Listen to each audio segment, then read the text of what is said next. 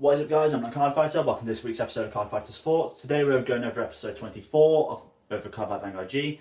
And obviously, before I get into the video, there are going to be spoilers. So if you haven't watched it, I will leave a link in the description down below so you can watch it, and then you can come back to me and then we'll talk about it. Okay? All right. So to start this episode off, animation. We're getting right into this. Animation. Bushy Road. Get your act together. Honestly, this was bad. Granted, it was good in some parts. Again, sorry if there's an echo in here. Yeah, animation-wise, it's just, while there was some good parts, it was just, what the hell was that? Honestly, like some parts, like, you know, throughout the episode, you will be able to tell the difference. If you have watched the episode, you'll understand what I'm saying. Through different parts, you know, some of it looks crisp, some of it looks clean. You know, the character designs or animation, you know, the way the units looked, the way some of the backgrounds looks really, really well done. And then they just get absolutely ruined by these other animations, like at the start of the episode. It looks like they look like from a very badly drawn visual novel. It is pretty bad. And like, again with the character animations, Shion, I don't know what is going on with Shion, but like nearly in every episode he's in, like his animation looks really bad. I mean, if you look closely, I don't know if this was just me, but to me it looks like every single shot he's in this episode, his eyes are different like distances apart, like, or they're in different spots. Make up your mind, Buster Road. Come on, you've been doing this for how long? Like, granted, I thought the episode was good, but come on, just like, you've been doing this for nearly, I don't know how long. Like, I joined when Link Joker wasn't a thing yet, so come on, just. Like, we know you can do a lot better. Like, the animators, you can do so much more. And it's just, why did you just let it drop? Like, if we've seen what you can do, why drop below that? It's just... Anyway, moving on to characters. The interactions I thought were very good, especially between Tayo and Shion, as this was the main focus of the episode. Shion versus Tayo, high stakes match. Literally, either win would have taken either Shion's team or Tayo's team to the next stage of the U20. And unfortunately for Tayo, it went in Shion's favour. But, again, spoilers. But yeah, Shion, he is... I know I said he's improved, but his character, he is very, very full of himself. Like, I know he was full of himself in the first 2 seasons, like, you know, but in this one, he's just, I don't know, he realises it himself. Like, he's, I don't know, it's hard to say. Sorry about that. It's just, he's very, very full of himself. Like, he even says to Tayo, "Oh, right, I don't expect you to be my last opponent." And it's like, well, what makes you think you're going to win? Tayo's been like working his arse off, quite literally, you know, to beat Tokar, to come up with strategies to go up against you and Tokar. He even worked with Chrono for God knows how long. He's been around you since season 1 of G. He knows your playstyle. He knows what you're capable of. And yet you still think less of him. And that's just, I know, that has really, like, brought Shion down for me. I don't know if it has for you. If he's your favourite character, then fair enough, but you got to see what I mean when, like, he literally realised himself at the end of the fight that he is not as good as he thinks he is.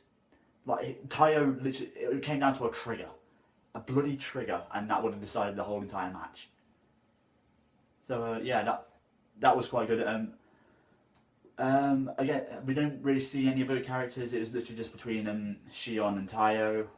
So I can't really talk about anyone else. And Chrono, we did get to see Chrono and Kazuma, but like I said, they were just background characters pretty much in this episode. Chrono's coming back in the next episode, which I'm looking forward to, because, like, you know, we get to see what he's been doing. You know, are there going to be like some like changes in his deck? Are there going to be new like strategies or new combos that we can see? We don't know. We also get to see a bit of a Henry. I can't remember his last name. He's a Narukami user in Shion's team. I can't remember his last name.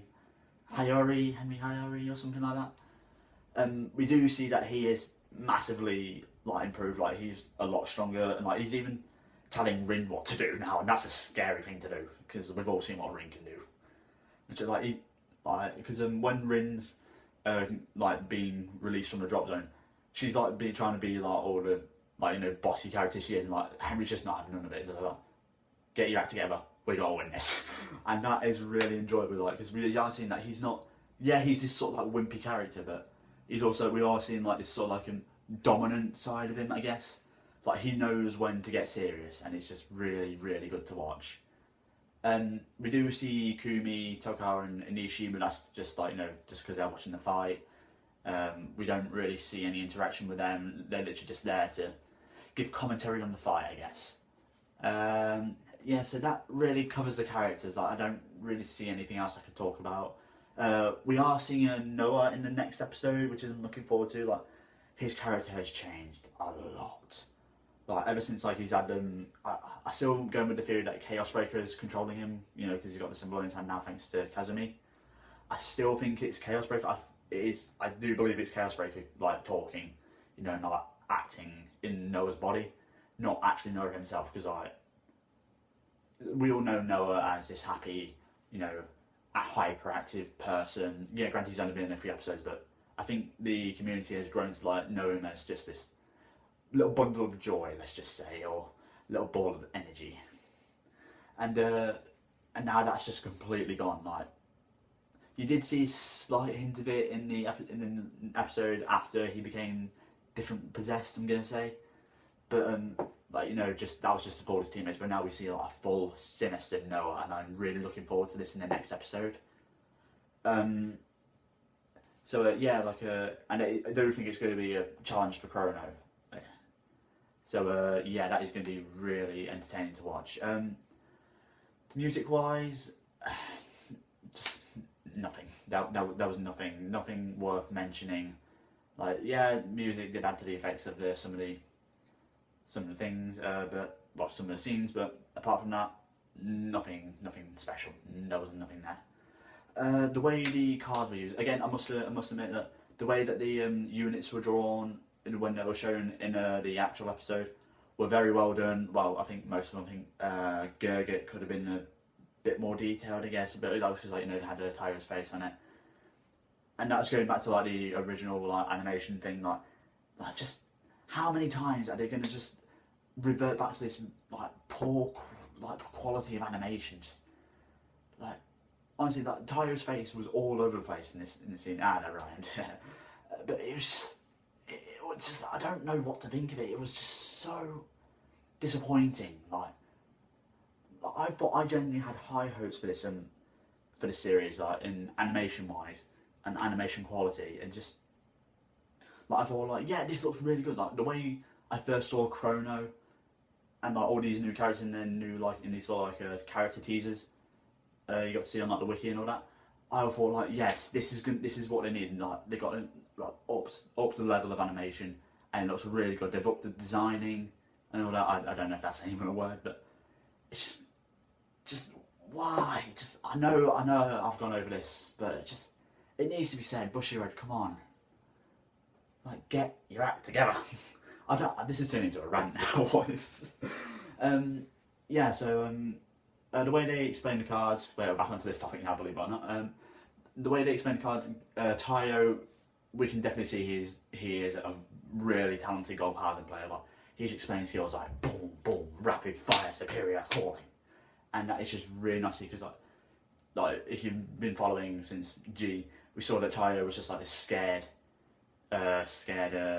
weakling character who like had no idea what he was doing, and now just seeing that him going up to this, like evolving, I guess, into this like nearly pro level player, and just dishing out skills after skill after skill, units after unit, attack after attack. It's just really good. He explained his skills really well. Again, Shion did as well, and like you do get a knowledge of what the units do and all that. So that was really fun to watch. Yeah, and then like they were the only cards that were available. We got to see the new Gurgit again, Gurgit Grade 3. Some of the new support. I think we do get to see a promo that Tayo's using as well. I'm not really sure about that one. But it was really nice to see how they're explaining skills a bit more now. That's one thing I have to credit Bushiroad for. They are explaining skills a lot better now. Like ever since the one with Gaia Dynast, is it? The Tachikaze Stride. they are explaining the skills a lot more now, so that's good to see. So yeah, I don't really know what to say anything else, but I guess we move on to my overall opinion. Overall opinion, it was good. I enjoyed the episode. I thought the communication between Tayo and Shion was good. You know, the actual like development between the two characters, the relationship, it was like really well brought together. We got to see like a new side of Shion, and seeing that he's like realizing that he has to step up his game if he wants to progress further in the U20. Because if he's like still playing at the same level as he was in this match, he's just going to get steamrolled. Because literally, it came down to a trigger. So yeah, Shion definitely needs to put in some work. You know what I mean? So yeah, this is going to wrap up this episode. Before I go, I want to know what do you guys think of the new stuff that's been revealed for Set 11, the new Legend deck, the trial deck for Nubatama. I want to know what you guys think, because honestly, the way that they've changed this now, it is really looking good. I know they've reduced the boosters to I think about 15 now, but they've added more cards into the pack, so we're getting 7 cards per pack like they're doing the clan boosters in the main boosters now. So after set 10, I believe, I don't think they're including this in set 10, but set 11 and onwards, we're getting 7 card booster packs, including main sets, but they're reducing the amount of packs in the main set boxes. Well, I don't know, like, what do you think of that? Do you think it's a good idea? Do you think it's a bad idea? Do you think things should stay the way they should? Honestly, I think it's a good thing, because it's like, yeah, we're getting less packs, but we're also getting more cards in a way, so the prices are going to go up regardless, and plus we're getting like more double rares in the set as well, so in the boxes. So I'm not really fussed. Like, you know, as long as there's still shiny stuff, I'm not a magpie. As long as there's still shiny stuff, I'm not really fussed. As long as they don't reduce, like, you know, just like down to 12 packs, that'd be ridiculous. Like, you might as well just call it a clan booster. So yeah, this is going to wrap up this episode here, guys. I hope you enjoyed it. I do think this one was better quality than last week's episode, because that was just a mess. So yeah, going to have to wrap this up here, guys. So if you liked it, don't forget to leave a like and a comment, and maybe consider subscribing, please. And I will catch you next time. Bye!